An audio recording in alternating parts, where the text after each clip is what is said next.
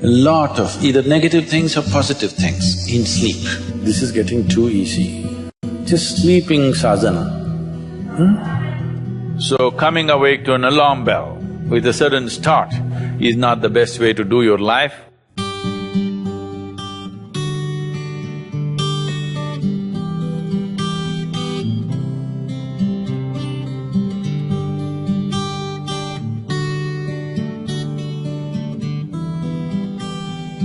How many of you find that one day morning when you get up without any reason, you're just feeling ugly for no reason? If it is happening even at least 2-3 times a year, if it is, then you must do certain things before you go to bed. It's very, very important.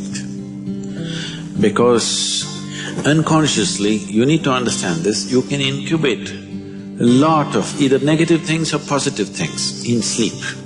Either pleasantness or unpleasantness, you can incubate very effectively, uninterrupted in sleep.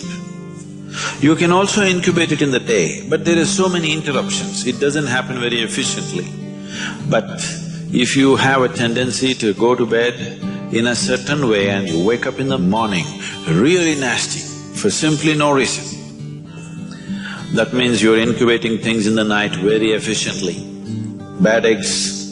This is not just about psychological disturbances, it can cause major physiological problems over a period of time. It's important that you eliminate these things from your life.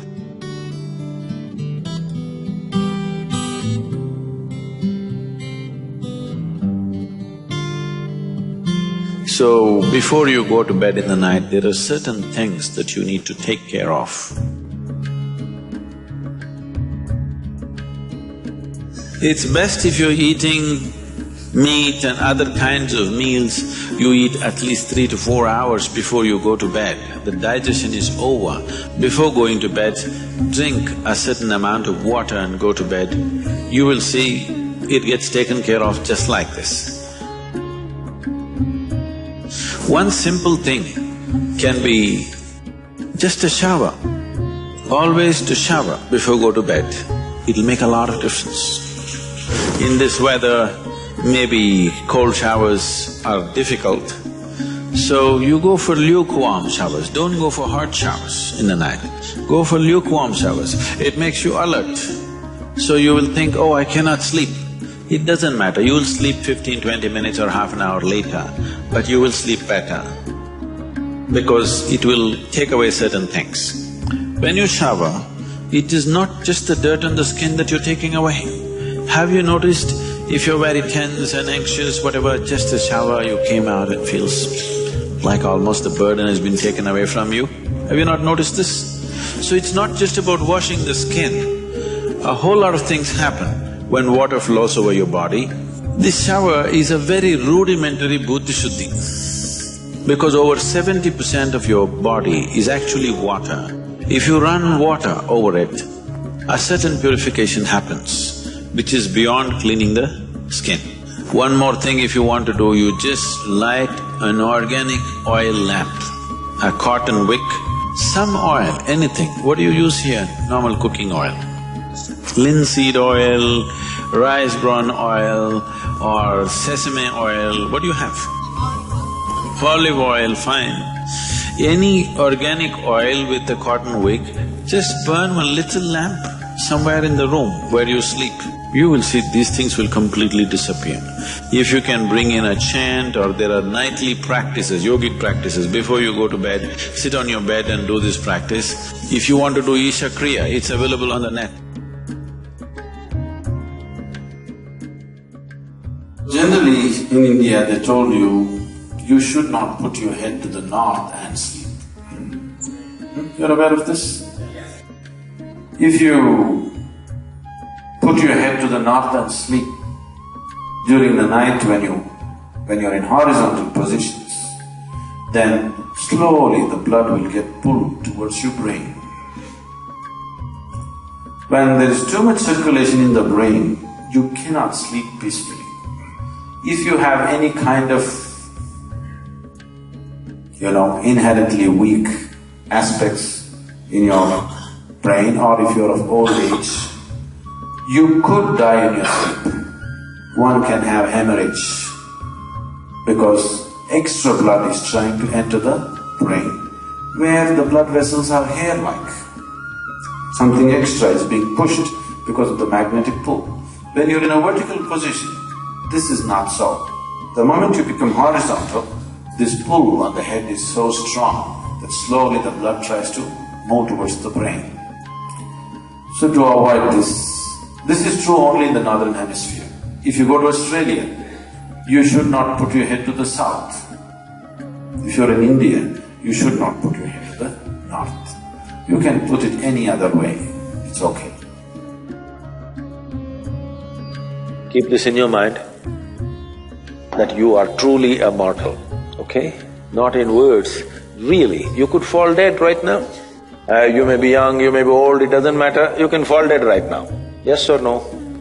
Before you go to bed, sit on your bed and think this is your deathbed. You have just 1 more minute to live. Just look back and see, what you have done today, is it worthwhile? Just do this one simple exercise. And you don't know when it really happens, whether you'll be sitting on your deathbed or lying in a hospital, all kinds of things sticking into you. Who knows how it'll happen? But enjoy this every day, that you will sit on your deathbed, look back and see, today, the way I've handled these 24 hours, is it worthwhile? Because now I'm dying. If you do this, you will live a worthwhile life, believe me. So every day in the night, all of you should do this before you go to bed. Last 3 minutes, everything that you have gathered, the body, the content of the mind, things, don't ignore small things, the small things are big things. I've seen how people are carrying their own private pillow, you know, because it's very important. So, your pillow, your footwear, if you have relationships, everything that you have gathered, keep it aside, sleep. If you sleep in that condition, you will wake up with much more light, with much more energy, with much more possibilities than you have imagined possible. Just sleep as life, not as a man, not as a woman, not as this and that. Keep everything down, simply. See, this is getting too easy. Just sleeping sadhana. At least this you must do.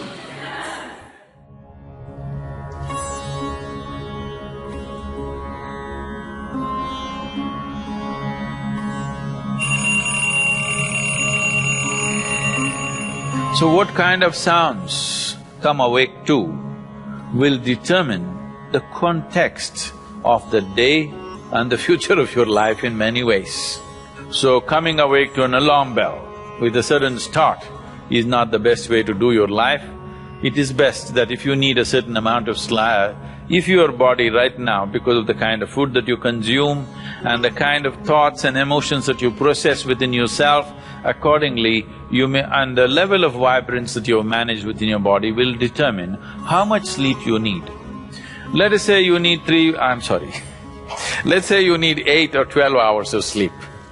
I was saying the wrong number Whatever amount of sleep you need, you know how much you need.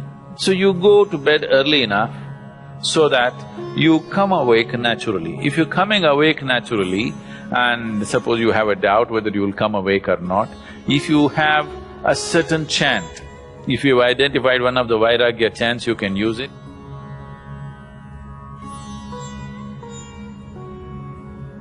Physiologically, one important aspect of you is your heart, the pumping station for your blood circulation, which pumps life across the body.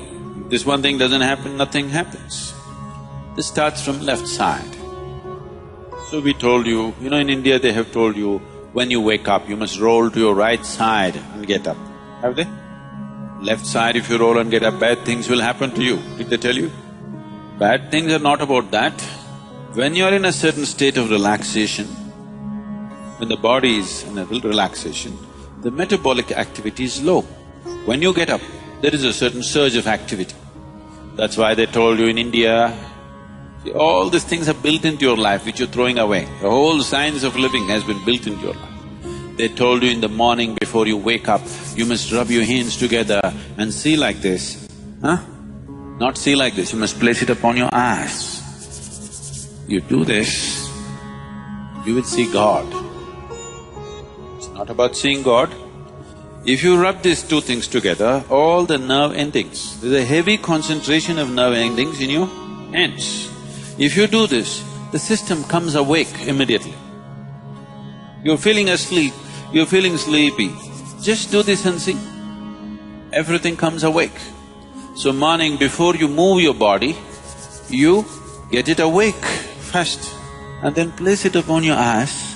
Instantly a whole range of nerves connected with your eyes and the other aspect of your senses come awake.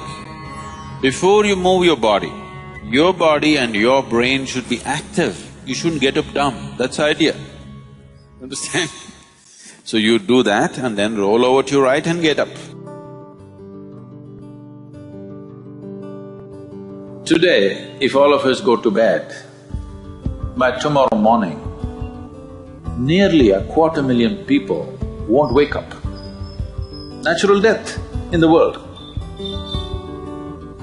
Suppose you wake up tomorrow, you guaranteed? Have you come with a guarantee card? No guarantee card. So suppose you wake up, let's say. Just do this much, I'm telling you, this is a simple first step to your spiritual process. Tomorrow morning, when you come awake, check, you're really awake or you're dead. If you're awake, it needs at least a little celebration. You don't have to get up and dance, at least you can smile, still on. 250,000 people died. They were like you and me, poof, they went off, isn't it? Wherever you look, they're not there. Here I am still, alive. One big smile, will you? I'm talking management. Then if 250,000 people died, at least 3 to 5 million people lost somebody who's dear to them. You check those 3, 4, 5 people who matter to you, all of them alive today. One more big smile. Hello? Will you or not? Alive. If suppose right now, we put a gun to your head, will you think it's a relief? No.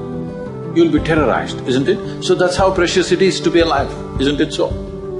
That's how precious it is for you to be alive. So tomorrow morning, 250,000 people died overnight, but you're still alive. Does it not at least deserve a big smile, I'm asking you? And all the people who matter to you are all alive today. One more big smile?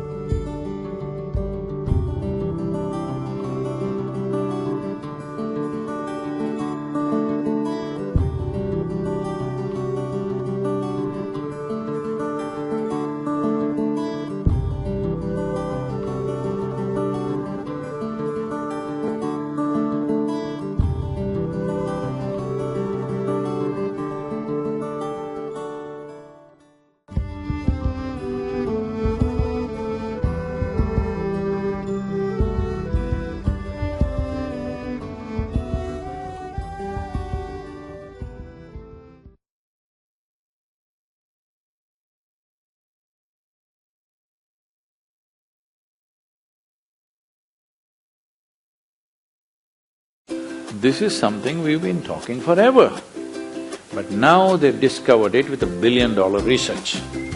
And